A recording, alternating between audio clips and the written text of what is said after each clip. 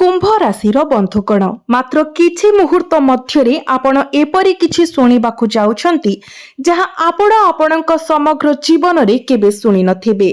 मां लक्ष्मी आपणक जीवन रे प्रवेश करिसेंती एवं एहा कोनोसी साधारण घटना नुहे। एहा सेही मुहूर्त जहा पाई आपण अपेक्षा करिथिले हुए तो मास किंबा वर्ष वर्ष धरी। तथापि आज आपणक एक गुरुत्वपूर्ण कथा जानिबा आवश्यक एवं एही लेखार शेषरे सेही प्रकाशन आपणक पाई अपेक्षा करिछि। तेणु एपर्यंत कौनसी स्थान को जातु नहीं। आपण आज एपरि एक दिन अनुभव करिवे जोठारे स्वर्गीय ग्रह गुड़िक एक विन्यास रे समान होइछंती जहा प्रति किछि दशंधि रे थरे घटे। आज आपण माने एही वार्ता सुनुथिबा लोक माने प्रकृत रे भाग्यवान, कारण एही वार्ता समस्तଙ୍କ पाखरे पहुँचे नाही। समस्ते मां लक्ष्मीଙ୍କର आशीर्वाद पांती नाही। से काहाको आशीर्वाद करिवे ताहा से बाछंती एवं आजी से आपणको बाछिछंती। किंतु अपेक्षा करंतु, आहुरी गोटिए कथा अछि अत्यंत गुरुत्वपूर्ण, एक निर्दिष्ट चेतावनी जहां आपणको आज ही ध्यान देबाको पड़िबो। नचेत एही शुभ समर लाभ पाइबार सुजोग आपणको हातरु खसी जिवो। मु खूब शीघ्र सेही चेतावनी प्रकाश करिबी, किंतु प्रथमे आसंतु आमे ठीक भाबरे बुझिबा जे कोन घटिछि। मां लक्ष्मी कारण बिना जीवन रे प्रवेश करंती नाही। द्वार केवल सेतेबेले खोली जाए जेतेबेले तीनोटी उपादान ग्रह समय एवं आपणकर कर्म समस्ते एकत्रित भाबरे संपूर्ण भाबरे समान होई जाइछंती एवं आज आपणक पई सेही द्वार खोली जाइछि। वर्तमान आपणक राशिर शासक ग्रह एक एभली अवस्था रे अवस्थित जोठारे तांकर शक्ति एहार संपूर्ण शीर्ष रे पहुंचीछि। यह केवल संजोग नुहे, यह एक दिव्य क्रम। वर्तमान शुणुथिबा लोकंको पाई जदि आपण गत किछि मास धरी अपार संघर्ष सहिछंती, जदि आपण बहुत लुह ढालिछंती किंबा जदि आपण भय करिबाको आरंभ करिछंती जे हुए तो आपणकर किछि भलो हेबो नाही, तेबे एहा मां लक्ष्मीकर आपणको पाई वार्ता। से देखुथिले, से प्रत्येक राति देखिछंती जहाको आपण एकांतरे कांदी कांदी बिताइथिले। से प्रत्येक सकाळ देखिछंती जेतेबेले आपण पुणी उठिथिले संपूर्ण भांगी पड़िबा परे मध्य एवं आज सेही समस्त लुह समस्त कठिन परिश्रम एवं समस्त धैर्यर पुरस्कार पाइबार समय आसीछि। तथापि एक अत्यंत गुरुत्वपूर्ण कथा, आज ठारू आपणक जीवन रे एक निर्दिष्ट परिस्थिति सृष्टि हेउछि जहा विषय आपणको सतर्क रहिबाको पड़िबो। मु एहाको सीधा सड़क प्रकाश करिबि नाही, कारण एहाकु संपूर्ण भापरे बुझिबा पाई आपणको आउ टिकिए आगको जीवाकु पड़िबो। एहा जानिबा यथेष्ट। आपणक जीवन रे जणे व्यक्ति अछंती जे सामने रे आपणकर शुभेच्छुकारी भापरे देखा जांती, किंतु प्रकृत रे से नुहंती। माता लक्ष्मी आपणको सेही व्यक्तिको प्रति सतर्क रहिबाकु एक संकेत पठाइछंती। किछि समय धरी आपणकर जीवन को कष्ट देउथुबा आर्थिक संकट वर्तमान शेष हेबा पाई जाउछि, किंतु मने रखंतु एहा राताराती घटिबो नाही। एहा एक दीर्घ अंधार राति परे सूर्योदय परि प्रकाशित हेबो, धीरे धीरे किंतु संपूर्ण भाबरे। प्रथमरे एक छोट रास्ता खोली जिवो। एहा सुजोग जहा प्रथमे आपणक पाई गुरुत्वहीन मने होई पारे, किंतु एहाकु हेय मने करंतु नाही, कारण सेही छोट रास्ता शेषरे आपणकु सुजोगर एक महान द्वार आड़कु नहीं जिवो। एहा व्यतीत आगामी दिन रे आपण सीधा सड़क आपणकर आर्थिक संपर्कित खबर पाइबे। महाजागतिक संरचना सुझाई दिए जे कोनसी उत्सरु धन आपणक जीवन रे प्रवाहित हेबाकु जाउछि। एक पुराणा देयर पुनरुद्धार, एक नूतन वृत्तिगत उद्यम किंबा आपण केबे आशा करिनथिबा एक अप्रत्याशित सुजोग धनर प्रवाह आरंभ हेबाकु जाउछि एवं एहा प्रकृत रे मां लक्ष्मी को ठारू एक आशीर्वाद।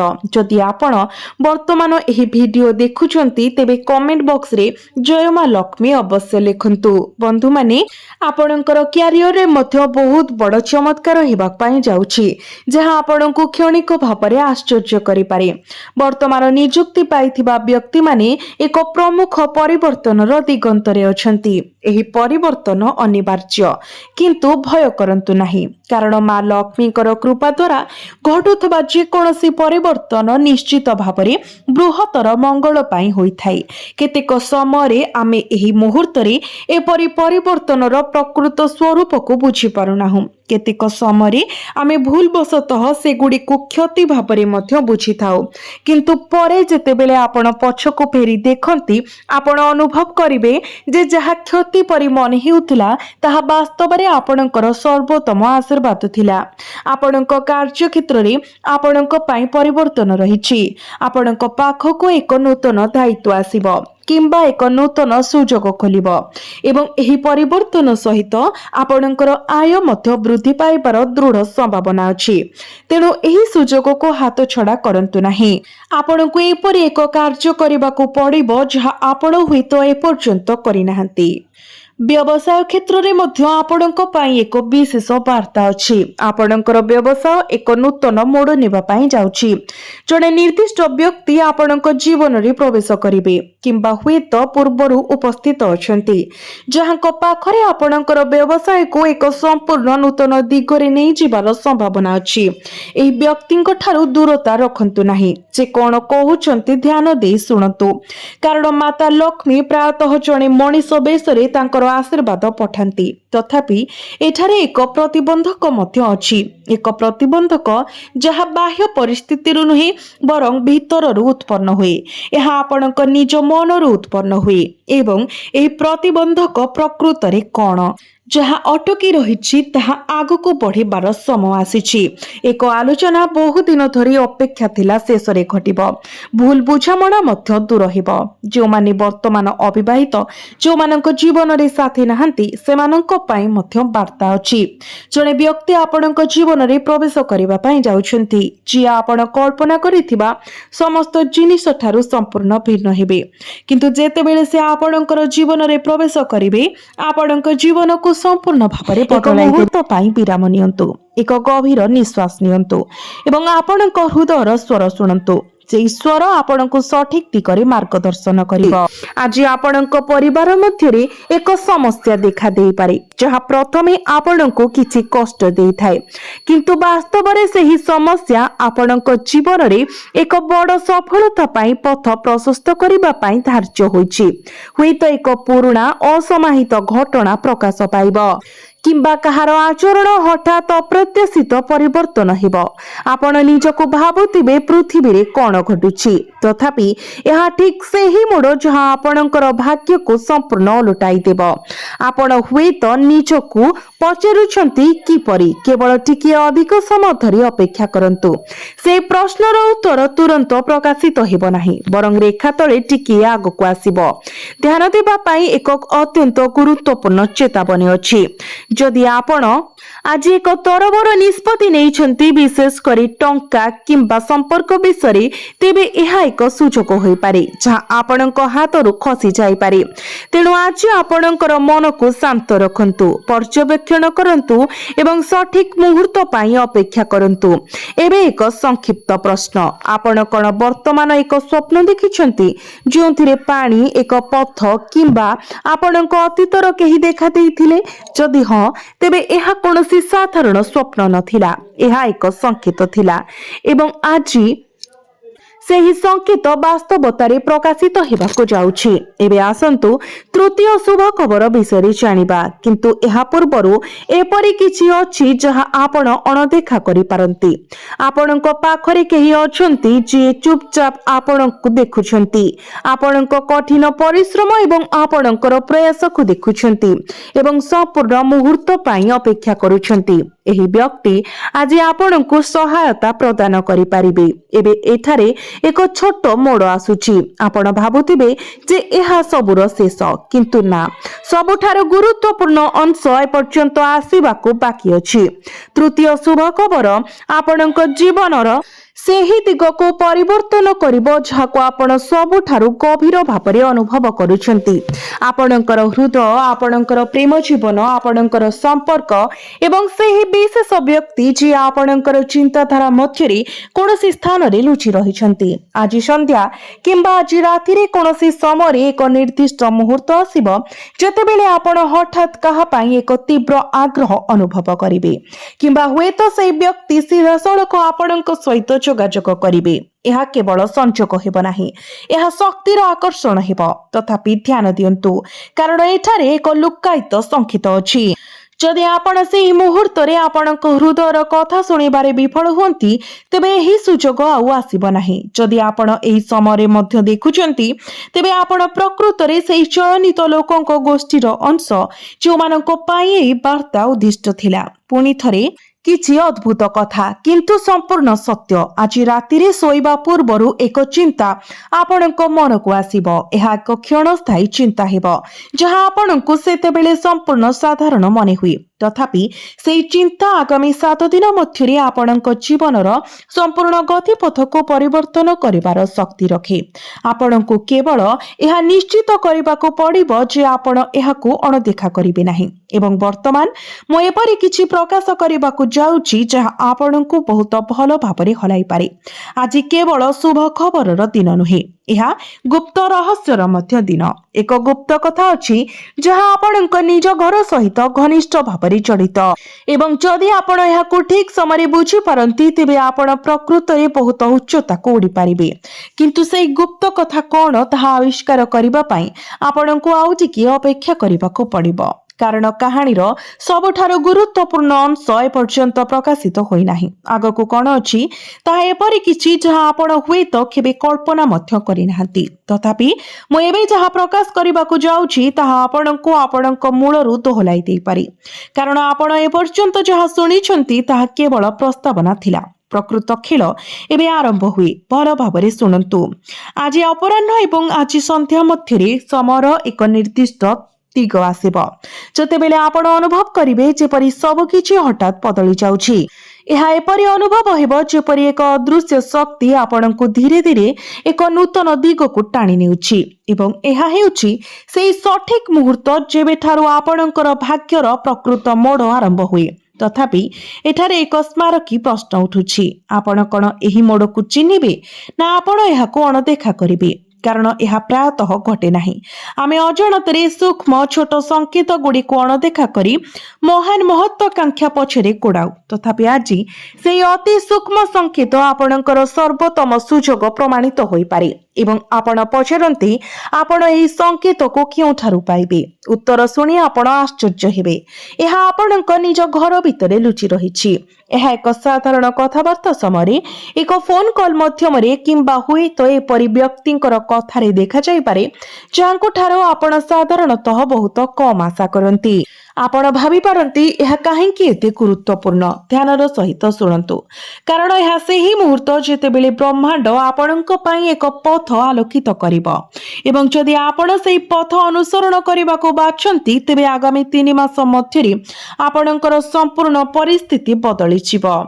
ଆପଣ ଆଗାମୀ 3 ମାସ ମଧ୍ୟରେ ଆପଣଙ୍କ ଜୀବନରେ ଏକ ବଡ଼ ପରିବର୍ତ୍ତନ ଦେଖିବେ। ଯଦି ଆପଣ ଏହି ସଂକେତକୁ ଭୁଲ ଭାବରେ ବ୍ୟାଖ୍ୟା କରନ୍ତି କିମ୍ବା ନିଜକୁ ଅନ୍ୟମାନଙ୍କ ଦ୍ୱାରା ପ୍ରଭାବିତ ହେବାକୁ ଦିଅନ୍ତି, ତେବେ ସେହି ଜିନିଷଟି ଆପଣଙ୍କ ପାଇଁ ସମସ୍ୟାର ଉତ୍ସ ପାଲଟିପାରେ। ତେଣୁ ଆଜି ଆପଣଙ୍କୁ ସର୍ବଦା ଗୋଟିଏ କଥା ମନେ ରଖିବାକୁ ପଡ଼ିବ, ଆପଣ ଯାହା ବି ନିଷ୍ପତ୍ତି ନିଅନ୍ତି ନିଶ୍ଚିତ କରନ୍ତୁ ଯେ ଏହା ଆପଣଙ୍କ ହୃଦୟ ଏବଂ ମନ ଉଭୟଙ୍କ ସହିତ ପରାମର୍ଶ କରି ହାସଲ କରାଯାଇଛି। ଏବେ ଆସନ୍ତୁ ଆପଣଙ୍କର କ୍ୟାରିୟର ଏବଂ ଆର୍ଥିକ ବିଷୟରେ କଥାବାର୍ତ୍ତା ହେବା, କାରଣ ଏଠାରେ ଯାହା ପ୍ରକାଶ ପାଇବାକୁ ଯାଉଛି ତାହା ହେଉଛି ଏକ ଅଭିଜ୍ଞତା ଯାହା ବହୁତ କମ୍ ଲୋକଙ୍କ ସହିତ ଘଟେ। ଆଜି ଆପଣ ହଠାତ୍ ଏକ ସୁଯୋଗର ସମ୍ମୁଖୀନ ହୋଇପାରନ୍ତି ଯାହା ପ୍ରାରମ୍ଭରେ ଗୁରୁତ୍ୱହୀନ ମନେ ହୁଏ, କିନ୍ତୁ ଯାହା ଶେଷରେ କିଛି ସ୍ମାରକୀରେ ପରିଣତ ହୋଇପାରେ। ଏହା ଏକ ନୂତନ ପ୍ରକଳ୍ପ, ଏକ ନୂତନ ପ୍ରସ୍ତାବ କିମ୍ବା ହୁଏତ ଏକ ପୁରୁଣା ଅଟକି ରହିଥିବା କାର୍ଯ୍ୟ ହୋଇପାରେ ଯାହା ହଠାତ୍ ପୁଣି ଥରେ ଜୀବନ୍ତ ହୋଇଯାଏ ଏବଂ ସବୁଠାରୁ ଆଶ୍ଚର୍ଯ୍ୟଜନକ ଦିଗ ହେଉଛି ଯେ ଏହି ସୁଯୋଗ ଠିକ୍ ସମୟରେ ଉପସ୍ଥିତ ହେବ ଯେତେବେଳେ ଆପଣ ଏହାକୁ ଆଶା କରିବେ। ତଥାପି ଏଠାରେ ଏକ ଗୁପ୍ତ କଥା ଅଛି ଯାହା ବହୁତ କମ୍ ଲୋକ ଜାଣନ୍ତି। ଯଦି ଆପଣ ଆଜି ନା କୁହନ୍ତି, କେବଳ ସୁଯୋଗଟି ବହୁତ ଛୋଟ ମନେ ହେବା ଯୋଗୁଁ ଆପଣ ଏକ ପ୍ରକୃତ ବିଶାଳ ସୁଯୋଗକୁ ଆପଣଙ୍କ ହାତରୁ ଖସାଇ ଦେଇପାରନ୍ତି। ତେଣୁ ଆଜିର ଛୋଟ ଛୋଟ ବିବରଣୀ ପ୍ରତି ଧ୍ୟାନ ଦିଅନ୍ତୁ, କାରଣ ଏହା ଆପଣଙ୍କ ପାଇଁ ଏକ ମହାନ ଦ୍ୱାର ଖୋଲିପାରେ। ଯଦି ଆପଣ ମୋ ସହିତ ଏତେ ସମୟ ଧରି ରହିସାରିଛନ୍ତି, ତେବେ ଦୟାକରି କମେଣ୍ଟ ବକ୍ସରେ ଜୟ ବଜରଙ୍ଗବାଲି ନିଶ୍ଚୟ ଲେଖନ୍ତୁ, କାରଣ ଆଜି ପ୍ରକାଶିତ ହେଉଥିବା ସଂକେତ ଗୁଡ଼ିକ ସାଧାରଣ ନୁହେଁ। ଏବେ ଆସନ୍ତୁ ଆପଣଙ୍କର ସମ୍ପର୍କ ଉପରେ ଧ୍ୟାନ ଦେବା। ଏଇଠାରେ କାହାଣୀଟି ଆହୁରି ଆକର୍ଷଣୀୟ ହୋଇଯାଏ। ଆଜି ଆପଣ ଏପରି ଜଣେ ବ୍ୟକ୍ତିଙ୍କ ବିଷୟରେ ଖବର ପାଇପାରନ୍ତି ଯିଏ ଆପଣଙ୍କ ହୃଦୟରେ ଏକ ବିଶେଷ ସ୍ଥାନ ଅଧିକାର କରିଛନ୍ତି। ଯେକୌଣସି କାରଣରୁ ଦୂରେଇ ଯାଇଥିଲେ, ହୁଏତ ସେମାନେ ବ୍ୟକ୍ତିଗତ ଭାବରେ ଆପଣଙ୍କ ସହିତ ଯୋଗାଯୋଗ କରିବେ, କିମ୍ବା କୌଣସି ତୃତୀୟ ପକ୍ଷ ସେମାନଙ୍କ ବିଷୟରେ କିଛି ସୂଚନା ଅଂଶୀଦାର କରିପାରନ୍ତି। ପ୍ରଥମେ ଆପଣ ଏହାକୁ କେବଳ ସଂଯୋଗ ବୋଲି ଖାରଜ କରିପାରନ୍ତି, କିନ୍ତୁ ଆପଣ ଧୀରେ ଧୀରେ ଅନୁଭବ କରିବେ ଯେ ଏହା ପ୍ରକୃତରେ ଏକ ସଂକେତ, ଏକ ସୁଯୋଗ ଯାହା ଆପଣଙ୍କୁ ପୁଣି ଥରେ ଜିନିଷ ଗୁଡ଼ିକୁ ସୁଧାରିବାର ସୁଯୋଗ ଦିଏ। କିନ୍ତୁ ଏଠାରେ ସବୁଠାରୁ ବଡ଼ ମୋଡ଼ ଅଛି। ଯଦି ଆପଣ ଏହି ସୁଯୋଗକୁ ହାଲୁକା ଭାବରେ ନିଅନ୍ତି କିମ୍ବା ଆପଣଙ୍କ ଅହଙ୍କାରକୁ ରାସ୍ତାରେ ଠିଆ ହେବାକୁ ଦିଅନ୍ତି, ତେବେ ଏହି ସମ୍ପର୍କ ଆପଣଙ୍କ ଠାରୁ ସବୁଦିନ ପାଇଁ ହଜି ଯାଇପାରେ। ତେଣୁ ଆଜି ଆପଣଙ୍କ ହୃଦୟର କଥା ଶୁଣନ୍ତୁ ଏବଂ ସଠିକ୍ ନିଷ୍ପତ୍ତି ନିଅନ୍ତୁ। ଶେଷରେ ଏଠାରେ ଏକ ଅତ୍ୟନ୍ତ ବିଶେଷ ଅନ୍ତର୍ଦୃଷ୍ଟି ଅଛି ଯାହା ଆପଣ ହୁଏତ ଅନ୍ୟ କୌଣସି ସ୍ଥାନରେ ଶୁଣି ନଥିବେ। ଆଜି ରାତିରେ ସେ ନିର୍ଦ୍ଦିଷ୍ଟ ସମୟରେ ଯେତେବେଳେ ନୀରବତା ଆପଣଙ୍କ ଚାରିପାଖରେ ସର୍ବୋଚ୍ଚ ଶାସନ କରେ, ଆପଣଙ୍କ ଜୀବନରେ ଏକ ସଂକେତ ପ୍ରକାଶ ପାଇବ ଯାହା ସିଧାସଳଖ ଆପଣଙ୍କ ଭାଗ୍ୟ ସହିତ ଜଡ଼ିତ।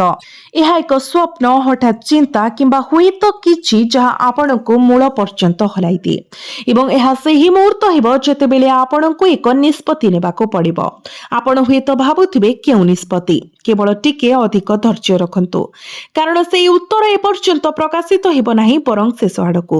ଏହା ଅନୁଭବ ହୋଇପାରେ ଯେପରି ସବୁ କିଛି ବନ୍ଦ ହେବାକୁ ଯାଉଛି, କିନ୍ତୁ ସମସ୍ତ ମଧ୍ୟରୁ ସର୍ବୋତ୍ତମ ରହସ୍ୟ ଏପର୍ଯ୍ୟନ୍ତ ରହିଛି।